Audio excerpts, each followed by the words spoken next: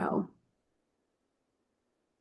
Hi, everybody. Welcome back to Treasured Wellness. I am Michelle, and it is so good to have you here with us. Again, we are having a powerful conversation as we are going to really talk about how you can steward your wellness through fatigue conditions. And that involves listening to the signals that your body is telling you. My special guest today is Miguel Bautista. Miguel is the founder of CFS Recovery, where he helps people overcome chronic fatigue syndrome, long COVID, and other related fatigue conditions. What sets Miguel apart is that he is fully recovered from severe illness and he built a clear, structured recovery system based on nervous system regulation, not quick fixes or guesswork. You know, I'm all about that. And today he has helped thousands of people worldwide move from surviving to fully living again. Yes. It was such a joy to come onto his fantastic podcast called CFS Recovery. I highly recommend you check it out. And I am super excited to have his insight and expertise today to pour into you all. So, welcome, Miguel.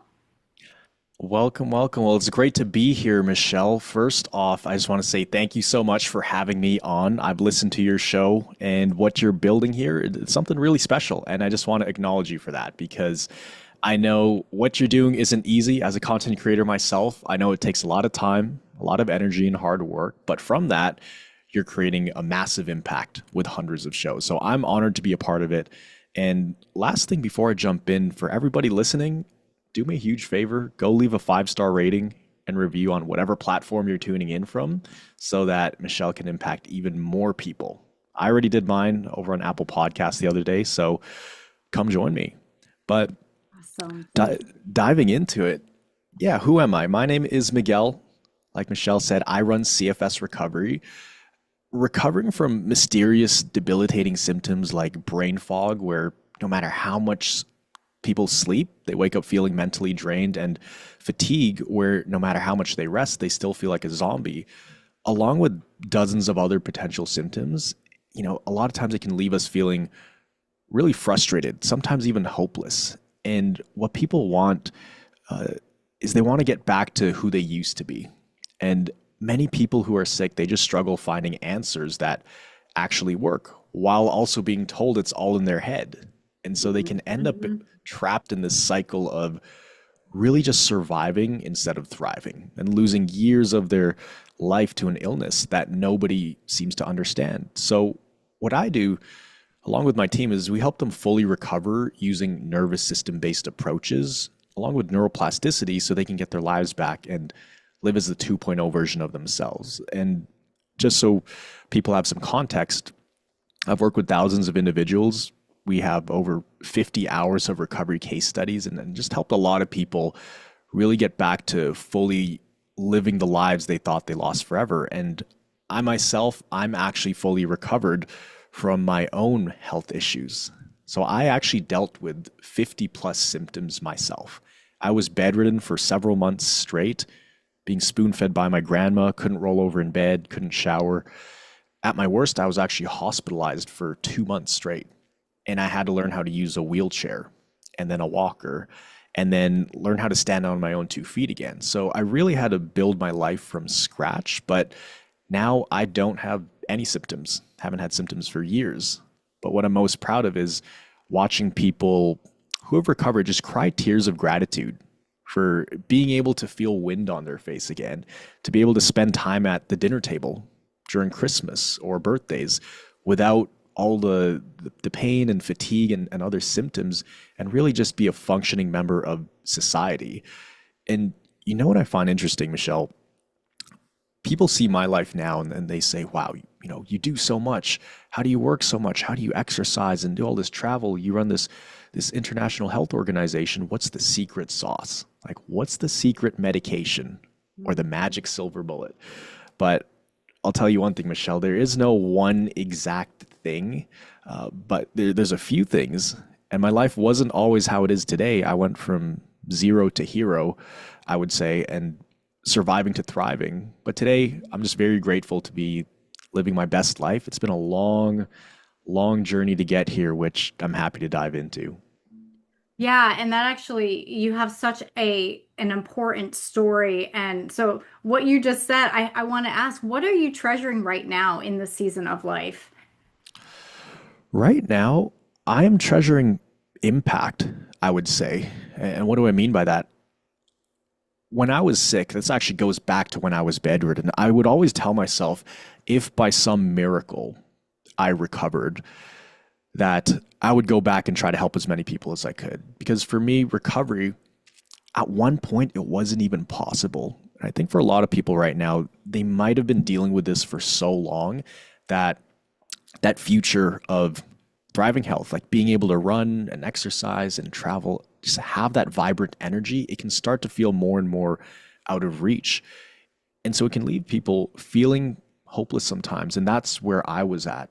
I mean, I'd be telling myself or asking myself things like, am I ever going to get better again? Am I ever actually going to have my life back? Or is this how it is forever? And so I remember multiple times making a promise to myself, if I ever get my life back and recover, I want to help other people. And so I think that's what I really treasure right now is being able to work and build CFS Recovery and just help as many people as possible. Yeah, I love that. And we all have a story that drives our passion for the work that we do and helping people to heal and be well and recover.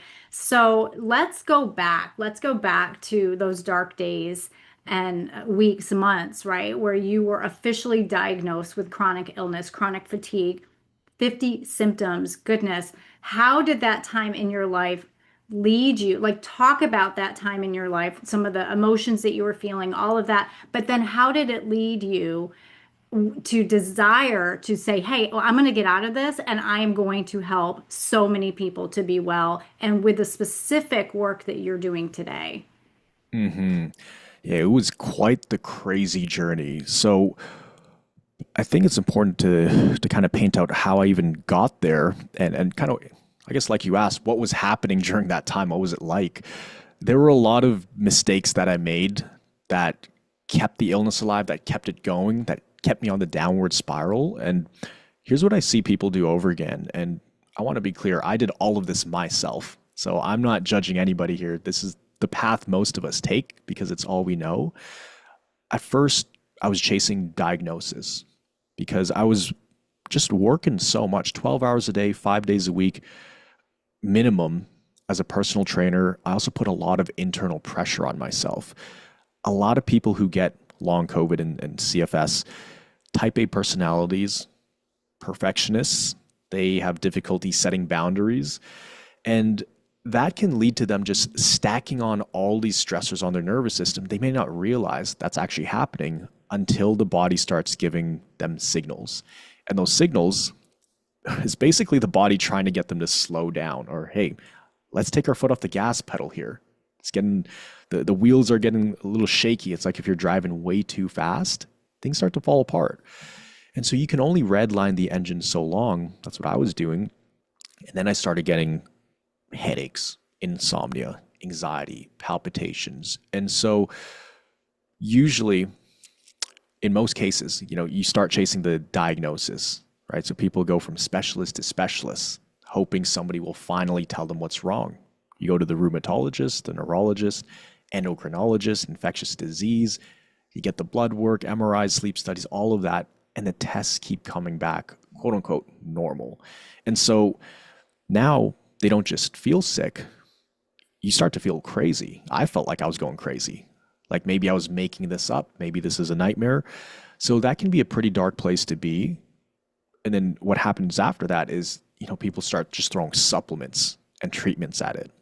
Hundreds, sometimes thousands of dollars or tens of thousands on things that promise to fix the mitochondria or detox their liver or heal their gut. And maybe those do work. Maybe they actually get a little boost for a week, but then they're right back to where they started or worse, right? Because now they've added this whole idea of nothing works for me to their belief system. And then usually what happens after that, the final thing is just trying to push through it. That's something I did for a really long time. You just try to, we have a term for it, white knuckle your way through it. Just mental toughness, push through. Or they force themselves to be positive, right? Or power through like you used to. and maybe I'll break out of this. But the body, it pushes back even harder. And one good day, like a lot of people, they get this little burst of energy or clarity and they say, okay, I'm going to cash in on this energy because I've been so patient for maybe the last few days or week. I deserve to go out and do that really fun thing or increase the activity. But, the nervous system sees that and it's just too much. And so sometimes they crash, sometimes they have a big flare up. And now they're terrified to try anything because they don't know what's going to set them off. And so that's where I was. And what really turned it around for me, there was actually a buildup to it. There's also a spiritual side to this. And I know a lot of the audience here, they're spiritual with the church and everything like that. When I was living with my grandparents, I was completely bedridden. They were very religious. They would pray over me every single night. They actually gave me the special crucifix that I would hold on to during my craziest flare-ups. So I'd just be hanging on for dear life, struggling to breathe, just like clutching this crucifix. And I remember my grandpa and grandma, every night they would pray over me and they would say, God, Lord, we're praying for a miracle. We know a miracle is coming. We know you can help Miguel. They called me Miggy. We know you can help Miggy. We know a miracle is coming. And so that went on for several months. And my biggest fear was losing any of my grandparents because they were old. My grandma was 75. My grandpa was like 80. And he, one day he's just wiping me down because he's helping me shower. He's brushing my teeth. He's bringing me food for several months. And he actually had a stroke and he passed away. And so that was, my nervous system was already maxed out. This took it to a whole nother level because I was holding his hand when he passed away. And I remember him saying, there's going to be a miracle. We're going to see you get better. We're going to play golf soon. And I was just so sad we won't be able to play it. But that pushed my nervous system into overdrive. And for the next about 1 week, I could not move. And then when I tried to move, it felt like I was being electrocuted. And I couldn't eat. My dad would have to blend food and I'd have to drink rice and tilapia. I remember that very clearly. Couldn't roll over in bed. So eventually we called the ambulance. And this is about 4.5 years into my illness. I'd seen doctors. I'd seen specialists. I had, all these different supplements and medications I was on, but I was getting worse. And so I go to the hospital. I was in the ICU for 1 month and I thought my life was over. Like I would just look at the ceiling, 2 a.m., not being able to sleep or move. I was 22 years old. And these thoughts would be going through my head, the things that people think that they would never say out loud of like, why am I here? What is the point of all of this? Like, I'm just here melting away. I'm just a burden to everybody else.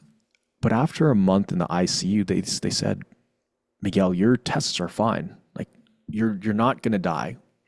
You're in really bad shape. We could see that. You're in pain, but you're not going to die. So we don't have any more space in the ICU for you. So either we can send you home or we have extra rooms in the psych ward if you want to stay there. And I was like, psych ward? I'm not crazy though. Like I can talk, I can think straight. They said, no, we know that. But if you can't move, if you don't want to be going back and forth to the hospital from your house, that's the only other option we have. And you'd be able to work with another doctor there. Because if your body is fine, there's got to be something going on with the brain.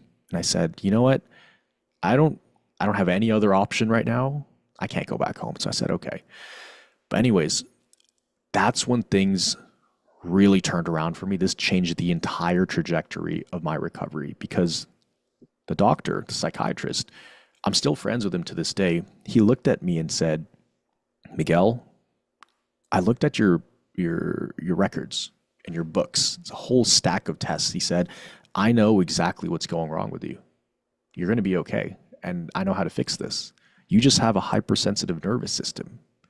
And we could dive deeper into that, but essentially for the next month, he would draw these diagrams on papers, teach me about what's happening in my body, where the symptoms are coming from, why they're not going away. And within a week, I was able to go from bedridden to sitting up in a wheelchair. Within a week of that, I was using a walker, then learned to walk. And after a month of working with him, it was actually my 23rd birthday, they released me back into the world. And that was like the 2.0 version of Miguel stepping back into the world. And that's kind of when my life after, well, I was still recovering, but that was like my second chance at life. But that's where things really turned around for me, because ever since then, it wasn't a perfect line straight up, but I was making more progress in 1 week, like week by week, than I did in the prior 6 months. And so it was just exponential once these concepts clicked. Wow, that is incredible. And that is a testament to the power of how the body is so brilliantly designed and created to work all body systems together when the support is given. And I love how you're talking about the nervous system, how that's your nervous system is vital for to be working properly, is vital for healing and recovery. And I love that so much because there's so many. We've got chronic fatigue, adrenal fatigue. We have long COVID now that we're dealing with. We have chronic SIRS, chronic inflammatory response syndrome. We've got all of these syndromes that are related around fatigue that are keeping people sick, stuck, and unsure and worried and maybe even in fear.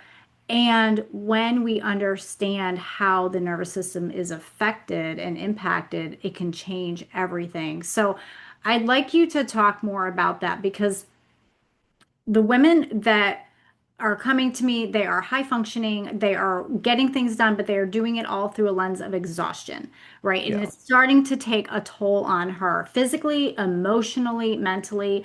And really, we get to this midlife stage of life and everything starts to seem a bit too much. It just seems like we are not handling things like we used to in our 30s. And I know I felt like everything was hitting me really hard during my second fatigue crisis. I mean, and things were like life was rough during that 3-year fire, but we continue on, we push on because we don't let life stop us or get in the way of what we're doing. But this mindset, this push through mindset is keeping us and our nervous system stressed. And many women's nervous system is on high alert. So we know that that impacts all other body systems. So will you speak to how stress is so tangibly connected to chronic fatigue conditions and how that nervous system plays such an important role? Absolutely. Yeah. Stress, I mean, that is everything, right? And I'm sure if you guys are listening to this podcast, you've heard our previous episodes, and I'm sure stress is covered quite a bit. So I think it's important to understand, kind of like everything you said, your body, it's not failing you, it's really protecting you. And that stress, we all have a stress threshold, right? Everybody's got a different level, and you can train that too. It changes over time. But once you reach that threshold, then that's where your body starts to send you signals to slow you down, to try and protect you, right? And the lived experience for a lot of women, past their 40s, because we work with a lot of them as well, you've been the rock for everybody around you for decades. You raised some kids, right? You held down the career. Maybe you served at church. You were the first person that people called on when they needed something. So you may find yourself, it's Wednesday afternoon, you're either sitting in your car or you just did some certain chores around the house and you just feel completely drained, right? You feel like you're running on fumes. You made it through Monday. You push through Tuesday. Now your tank is empty coming up on Wednesday and Thursday. Ultimately, that leaves you feeling like a stranger in your own body. Like the woman you used to be with all this energy just disappeared, right? And nobody around you really understands because you still look fine on the outside. So there's this like deep loneliness on top of the physical exhaustion. And that's a way that the stress can compound, because a lot of times we can start to feel these physical symptoms, but then it leads into the emotions. It leads into your identity. It leads into the expectations you always had on yourself that maybe you might not be able to meet now. And you probably tell yourself things like, maybe this is just what getting older feels like. Like, I should be grateful. Other people have it worse. Or if I just pushed harder, I could snap out of this.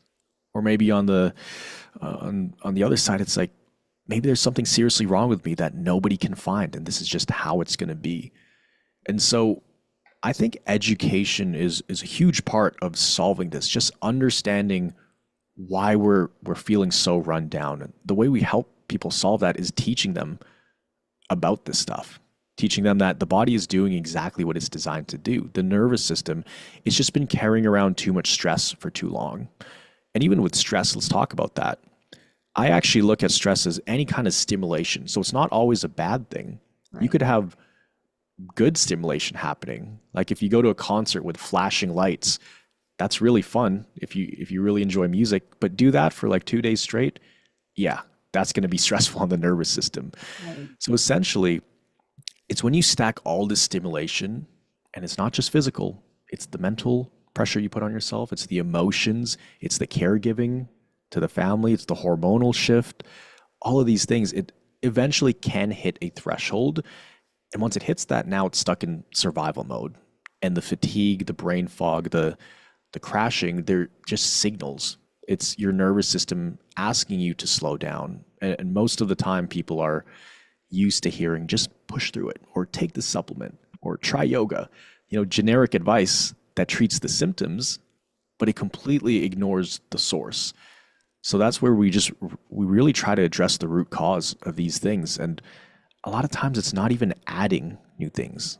A lot of times it's looking at somebody's life and looking at where the energy leaks are, right? So I would like to ask people, if you change your perspective on this, what if your worst symptoms weren't signs that something was permanently wrong or extremely wrong, but signals that your body was actually trying to protect you?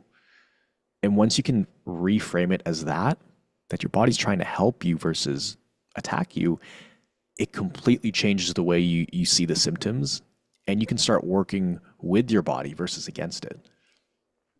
I love that so much because that's something I walk through with my clients and in my programs too, like changing your stress perception, changing how you are perceiving the stress. Is it an emergency or is it an urgency? There's a difference. But the problem is we are living in a state of it's an emergency. We are being chased consistently by that lion or that bear, and our nervous system does not have time to slow down, catch up, take a breath and just really start to recover from that. Our ancestors who were literally being chased by a bear, they had that time to allow their body to decompress and to regulate again. And we're not doing that in this fast-paced society that we live in. And, having a phone as an appendage is making that sense of heightened awareness even worse. So I love that you talked about that. I do want to address the brain, because the brain is so connected also to these fatigue conditions, right? We've got brain fog, we have trouble thinking clearly, a slower recall, more anxiety. These are all, and there's so many more symptoms that are showing, the body is showing us how it's struggling through chronic or adrenal fatigue, including long COVID, including SIRS, chronic inflammatory. And so as the women listening, they are owning their wellness. They are learning how to truly steward their wellness for a lifetime of impact. What would you say, Miguel, to the woman who feels like she has tried everything to help herself feel better, to regain energy? Maybe she's tried the 15 supplements and all of these programs. Aside from quitting her career that she loves, right, and moving away to a deserted island, her body's still needing more care and attention. What steps should she take? What would you say to her that she can do that is doable for her life, that is so busy, packed out, and scheduled that she really does enjoy? Yeah, that's a great question. I think there's so many answers that come to mind. I'm thinking of all the most powerful stories of women we work with who've been able to turn their lives around. What did they do? So there's a handful of things, but I can narrow it down to a few. So some practical steps. women can take. I think, especially if women have kids, this may not apply to everybody, but if they do have kids or they are a caretaker in the family, or there's a husband or a partner that they feel that obligation to take care of, that can be extra pressure that you're carrying around that you may not realize. I remember there's this one lady, she had 3 kids, and she saw that as, what is it called? It was basically, how do I say this? Not that the taking care of the kids were a chore, but she saw it as a barrier in the way of recovering, of like, I only have so much energy, but my kids take up all the energy. So how am I going to recover if I have kids? Or how am I going to recover if I have to take care of the husband? And so we can put a lot of pressure on ourselves to perform a certain way, but you'd be surprised at how supportive the family can be.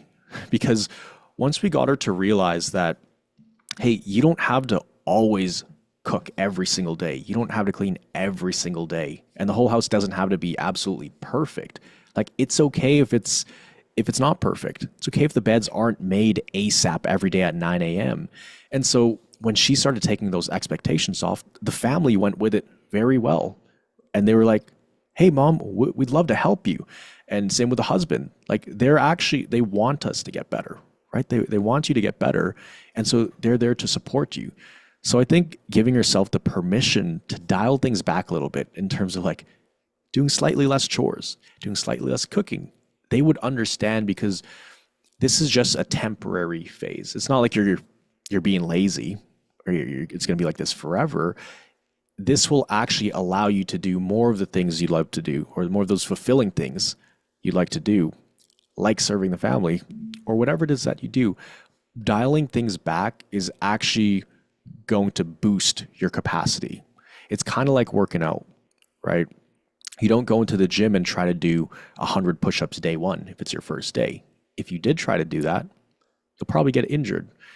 That's very similar to a woman trying to keep up with all of these different things, and then you kind of just tax your nervous system. You want to do it in short bursts.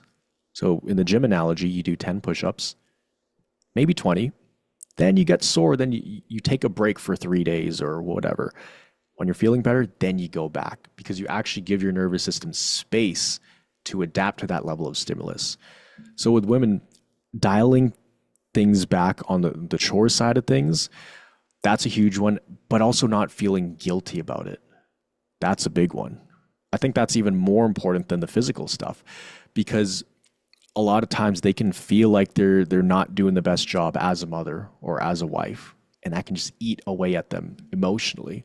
I've seen it happen so many times.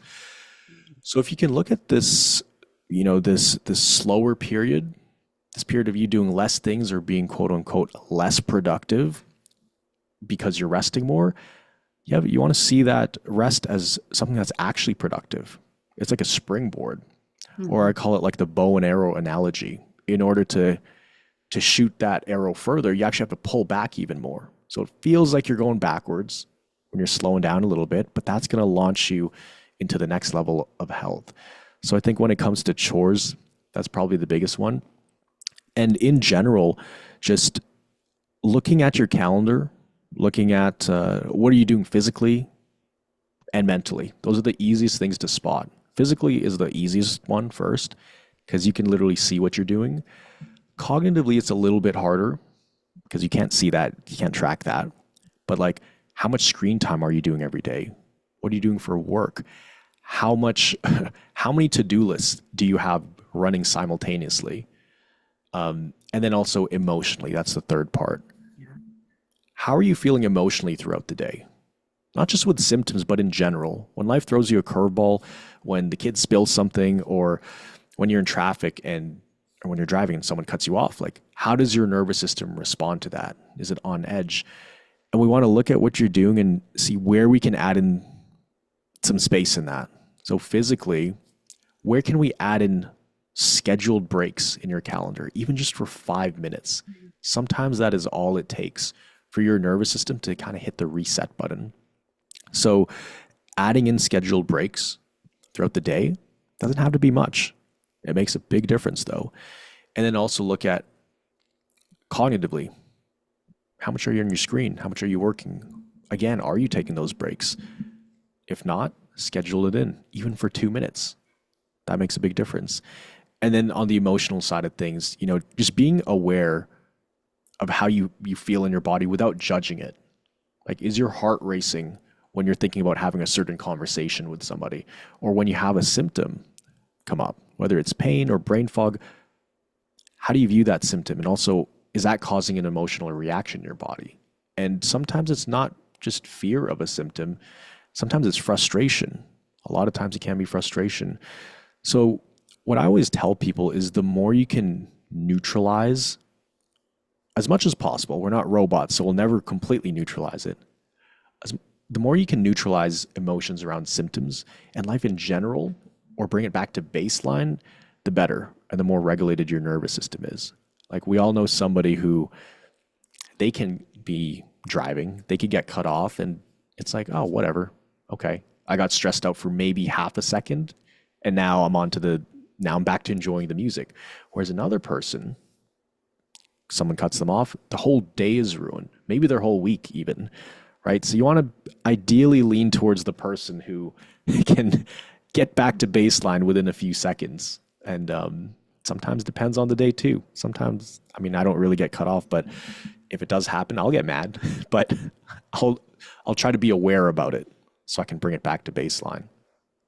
Yeah, it goes back to, is it an emergency or an urgency, right? It's Yes. all of that, because I remember when I was working so hard and caretaking and going through some stress, a bunch of stress, and I would get cut off, and oh my goodness, like my nervous system, like, phew, my blood pressure would go up, and I would usually on the way to work, right? And so then I would be walking into my day that way, and I had to do a lot to bring that back down.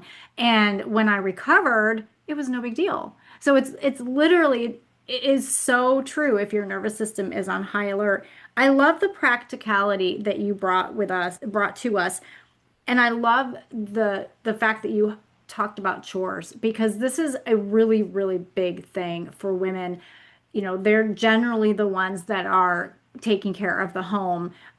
Hopefully there's some delegation involved, but that is one of the things that we talk about too, because what can you delegate? What can you delay? What can you delete? Right?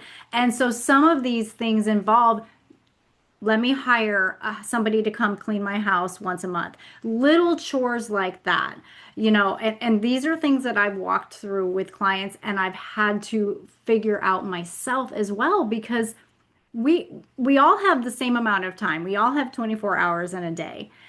And when we need to take some more time into recovering, we need to figure out, what can we then delegate? What can we delete? How can we get these breaks that are so powerful in our schedule to help us in our recovery? Again, because we cannot go move onto a deserted island for months until we feel better. So that was very practical. I love the doable practicality of that, because we need to be able to continue to live this life that we love, not hang out in our diagnosis or the way our symptoms are making us feel, but look at it as it's information, it's data, it's our body speaking to us. So thank you for that. Do you have anything else that you want to share about that with long COVID or SIRS, or anything very specific to that? Any other insight? Yeah, I just want to share some hope with people as well. I know one of the things that can keep people stuck is the constant Googling of symptoms and going down these rabbit holes. So if you're listening to this and you feel like you've spent more time Googling your symptoms than actually living your life, if you canceled plans at the last minute because you didn't know your body would cooperate and you're just going down all these rabbit holes, just know that there's such a thing as very good rabbit holes. I think you're probably in a good rabbit hole right now listening to this podcast. This is one of those good ones because it's solution focused, right? There's not a lot of positivity around things like long COVID or CFS, but just know that despite what you're going through, it doesn't matter how long you've had this for or even how severe you are, right? We've seen people go from completely bedridden 4 years to literally skiing down a mountain with minimal to no symptoms within a year. I've seen people, I just did a recovery interview with someone who's 87 years old Mm. and she was in rough shape not even a year ago. Now she says she's the happiest she's ever been because a lot of those issues, she was dealing with it for many, many years, right? That's who she was. So there is absolutely the possibility of recovery. There's a lot of hope for it. And there is a way to get there. You know, it's not like 20 years ago where there weren't these recovery stories online or there weren't these different protocols you can follow, right? So no matter where you're at, even if it's like a very dark place you're in and you feel a little bit hopeless or you're getting really frustrated, feeling like you're kind of banging your head against the wall, I've been there. I've seen thousands of people who are there, but I've also seen them make it to the other side. And one thing you have to understand is like, once you get past this, your best days can be ahead of you. Because once you learn these things, not only does it help with optimizing your health, but it helps with optimizing your life. And Mm. so if other people can do it, so can you. And even deeper than that, you know, going back to the spiritual side of things, I do believe in a higher power for sure. And I think sometimes we have these challenges put in front of us to teach us things, but also so we can become the best version of ourselves. Something that I always told myself during the recovery journey was God would not give me something that I can't handle.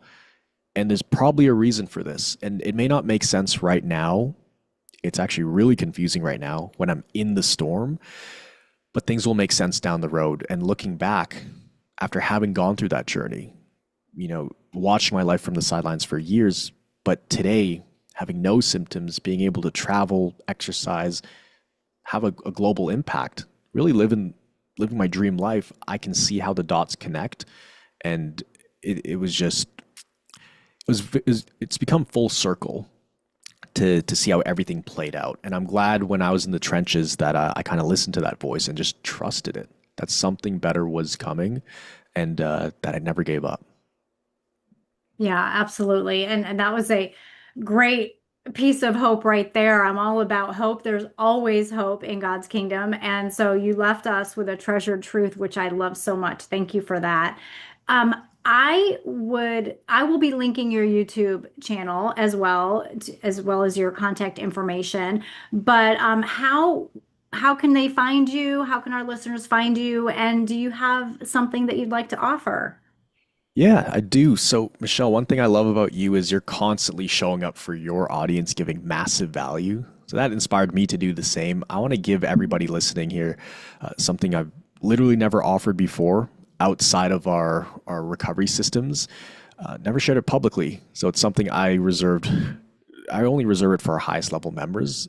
They might actually be upset that I'm giving this away, but I wanted to over deliver for your audience. So it's called a recovery roadmap protocol.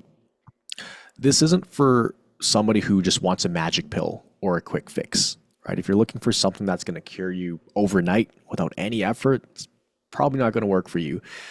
This is for somebody who is dealing with symptoms like severe brain fog, fatigue, chronic pain. If you're dealing with dozens and dozens of symptoms, like we take in some pretty severe cases, a lot of time that's CFS and long COVID, and you feel like you're doing all the right things, you're following the advice, you're resting when you're told to rest, that nothing is actually moving the needle, and you're just completely confused and frustrated, this is for you.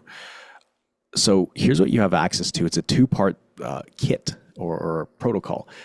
Part one is the recovery stage identifier. It's a short diagnostic. It shows you exactly where your nervous system sits on the recovery journey for CFS or long COVID. It also shows you why what you've been doing hasn't worked and also what you should probably be focusing on right now. This alone, this is part one, a lot of times that's the biggest relief people felt in months because there's no more guesswork or trial and error.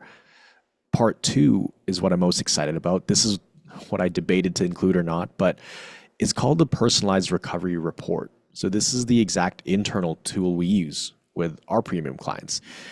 It's a detailed, like personalized analysis. It's based on your specific symptoms, activity levels, history, and it shows you what you probably need to change, what you need to double down on, but also the exact order that those changes need to happen in. So it's a decision-making framework for recovery. So here's how to get it. I set up a page specifically for this podcast, and it's at www.cfsrecovery.co/treasure. I just please ask that you don't share it around because this is only for you guys. So once again, it's the recovery stage identifier. If you want that and the personalized recovery report, just head over to www.cfsrecovery.co/treasure and you'll be able to get immediate access to that.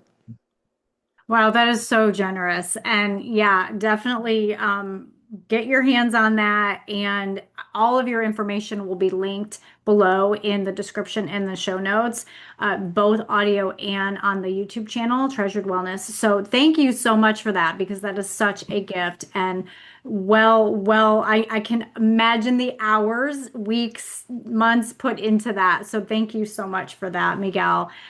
This has been fantastic. And I know that we could talk for another half hour more. So thank you so much for sharing your time, your expertise, your insight with us today. Yeah. Thank you so much. Appreciate it.